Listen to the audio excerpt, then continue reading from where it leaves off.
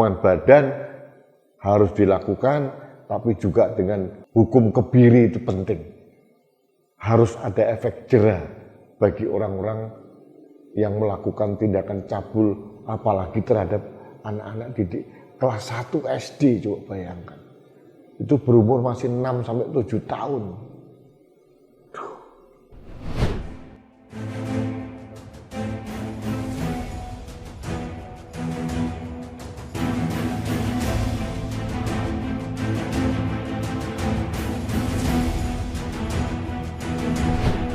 Halo sahabat Indonesia, kita bertemu kembali dalam Opini Rudy edisi akhir pekan.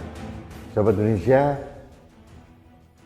saya cukup shock di Jakarta, tepatnya di Duren Sawit, Jakarta Timur, ada kejadian yang sangat mengenaskan. Guru honorer, guru agama, terbukti mencabuli beberapa orang siswi. Dan yang membuat saya miris, siswinya itu masih kelas 1 SD. Ini berarti pedofil yang menyamar jadi guru agama. Selain mencederai profesi guru, MA, manusia bejat yang menyamar jadi guru ini juga mencederai dan merusak citra Islam karena dia guru agama Islam. Ini benar-benar tragedi buat saya. Lebih dari 7 orang siswi dilecehkan, dicabuli oleh guru agama. Yang membuat saya miris, ternyata kasusnya atau kejadiannya sudah mulai berawal bulan Juli tahun 2022. 7 bulan lebih baru terbongkar karena salah seorang siswi kelas 1 SD ini melapor kepada orang tuanya. Apa yang kita ambil dari peristiwa atau tragedi yang mengenaskan ini? Yang pertama adalah pengawasan sekolah harus ditingkatkan. Yang kedua, seleksi terhadap guru apapun termasuk guru agama itu harus super ketat lagi. Tidak boleh dibiarkan profesi guru yang mulia, apalagi guru agama, dirusak oleh manusia bermental binatang seperti MA ini. MA ini pedofil. Saya tidak peduli dia terancam hukuman apa, tapi menurut saya ancaman yang paling nyata adalah dia harus dilakukan pengkebirian. Dulu yang pernah disampaikan oleh Menteri Sosial zaman dulu, Ibu Khofifah Indar Parawangsa waktu menjadi Menteri Sosial. Kalau tidak, pedofil ini terus merajalela. Dia bisa menyaru, menyamar, menjadi apa saja, termasuk guru agama. Bayangkan, guru agama yang mengajari moral, mengajari akhlak, ternyata melakukan perbuatan biadab kepada anak didiknya. Ini harus dipertanyakan seleksi terhadap guru-guru honorer ini. Nah, ini juga yang membuat saya bingung ini kepada pemerintah atau negara ini. Dulu ada yang namanya SPG, Sekolah Pendidikan Guru. Ini setingkat dengan SLTA. Sekarang dibubarkan. Padahal SPG itu adalah pabrik guru yang paling jitu, karena menjadi guru itu bukan profesi biasa. Itu harus ada panggilan profesi. Karena guru ini adalah profesi yang paling mulia, apalagi guru sekolah dasar. Bukan hanya SPG, Sekolah Pendidikan Guru yang dibubarkan, tapi juga IKIP, Institut Keguruan dan Ilmu Pendidikan juga dihapuskan.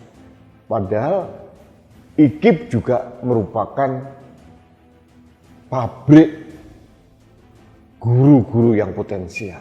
Di sana diajarkan psikologi, ilmu pedagogi, dan ilmu-ilmu yang lain yang terkait dengan pembinaan dan pengasuhan. Sekarang menjadi guru itu bisa dari universitas apa saja dengan penyesuaian-penyesuaian tertentu. Jadi menjadi guru sekarang didegradasi oleh negara dengan cara yang sangat-sangat mudah. Menjadi guru tidak lagi menjadi panggilan spiritual, panggilan psikologi, panggilan nurani seperti dulu. Saya beruntung, saya dididik oleh guru-guru yang luar biasa.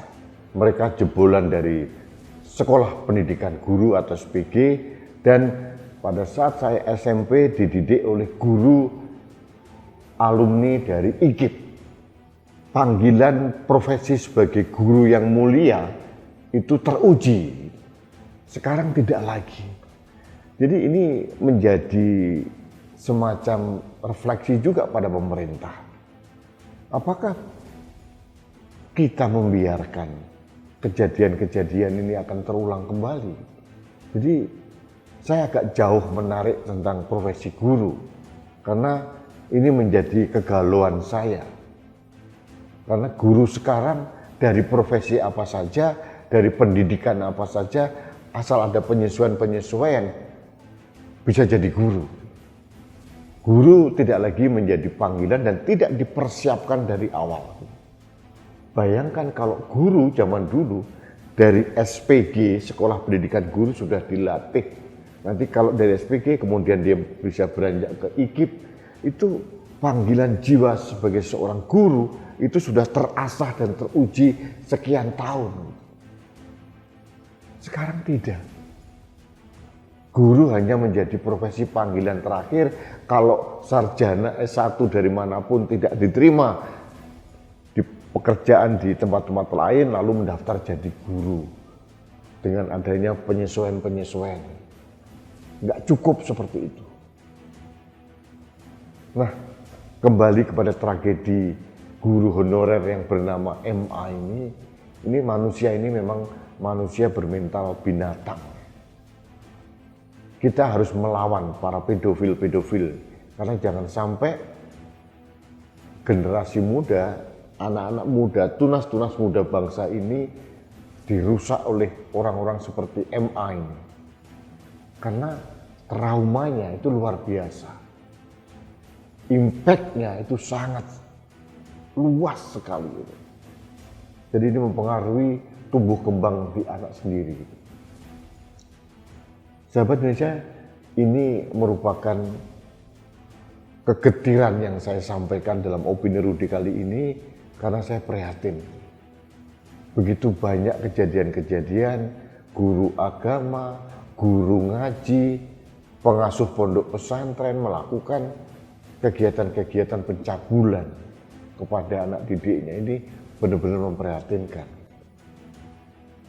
Darurat pencabulan terhadap anak itu harus menjadi gaung bagi bangsa ini. Harus digaungkan, harus disuarakan oleh semua pihak, dan kita harus melawan dengan keras. Mudah-mudahan MA ini diproses dengan hukuman yang seberat-beratnya. Kalau nanti ada hukuman, katakanlah maksimal 15 tahun, dia juga harus ditambah sepertiga karena dia seorang pengasuh. Hukumannya seperti itu, aturannya seperti itu. Tapi menurut saya belum cukup. Hukuman badan harus dilakukan, tapi juga dengan hukum kebiri itu penting. Harus ada efek jera bagi orang-orang yang melakukan tindakan cabul, apalagi terhadap anak-anak didik kelas 1 SD, coba bayangkan. Itu berumur masih 6-7 tahun.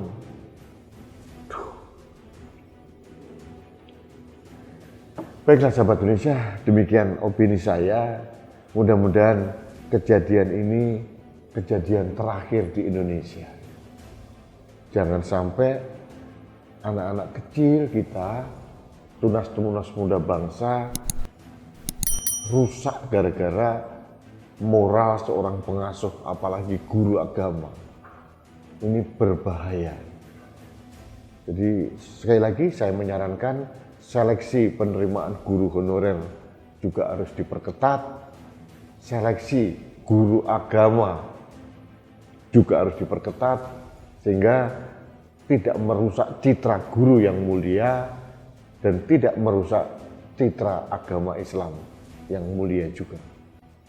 Baik sahabat Indonesia, terima kasih, kita bertemu kembali dalam Opini Rudi selanjutnya. Salam satu Indonesia, salam Pancasila, saya Rudi SK.